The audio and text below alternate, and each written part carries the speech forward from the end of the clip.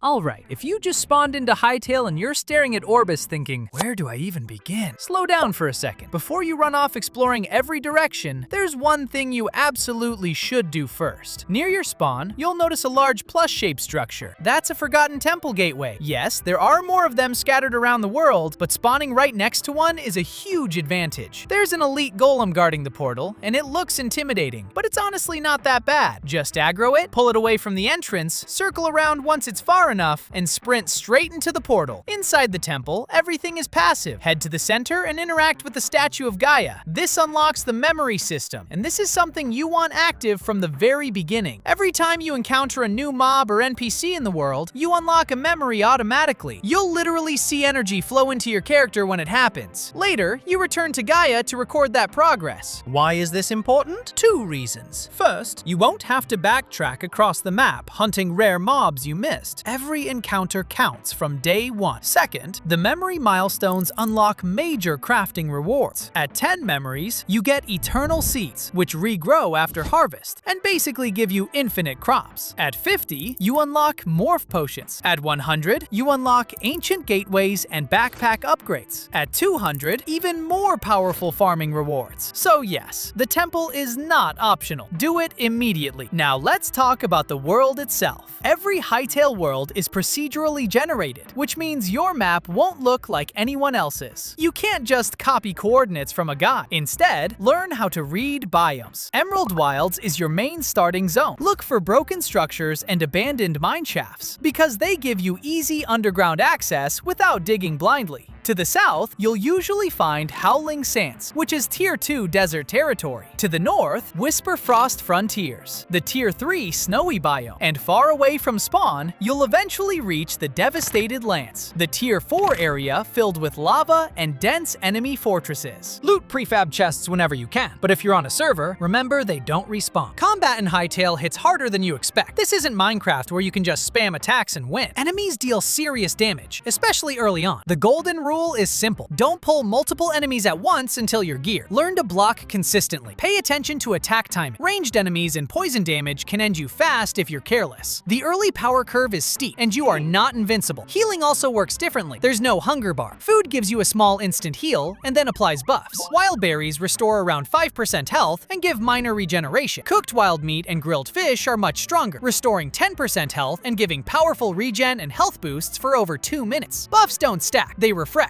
So spacing your food matters. Don't just spam eat. Once you're settling down, build a workbench early. Repair kits fully repair items, but permanently reduce their max durability by 10%. So use them wisely on iron tier gear or higher. Now, Essence of Life. This resource becomes critical later, so start collecting it early. You get it from harvesting actual crops like carrots and pumpkins, not random plants. Each harvest gives you 4 essence. Build a farm as soon as possible. At the farmer's workbench, you can convert crops into even more essence. Combine that with eternal seeds from the memory system, and you create an infinite resource loop. Let's talk movement, because most players say you need a horse immediately. Horses help, sure, but weapon mobility is actually faster and more stamina efficient once you understand it. A charged sword attack lunges you forward, the battle axe also dashes forward, daggers are the real movement tool. Their charged attack can launch you high into the air. If you chain these with jumps and maintain momentum, you can move nearly twice as fast as someone sprinting. Add bunny hops on landing, and you can chain movement continuously. Now for base efficiency. Placing 2 chests side by side turns them into a double chest. You can stack chests vertically to save space. Workbenches pull materials from nearby chests, but the radius is tiny, about 3 to 4 blocks. So build compact storage near your crafting stations to save time. Inside chests, use Quick Stack. It instantly deposits matching items into the correct slots. And finally, block styling. When you refine materials into decorative blocks, you can change their visual variants at the builder's workbench for entire stacks at once. The Crude Hammer lets you cycle styles on already placed blocks. Use both depending on what you're building. If you follow all of this from the start, your progression will feel smooth instead of chaotic. That's your real foundation in Hytale. If this video was helpful, make sure to leave a like and subscribe to our channel. We're making a Hytale server as maxed out as possible. IP coming soon!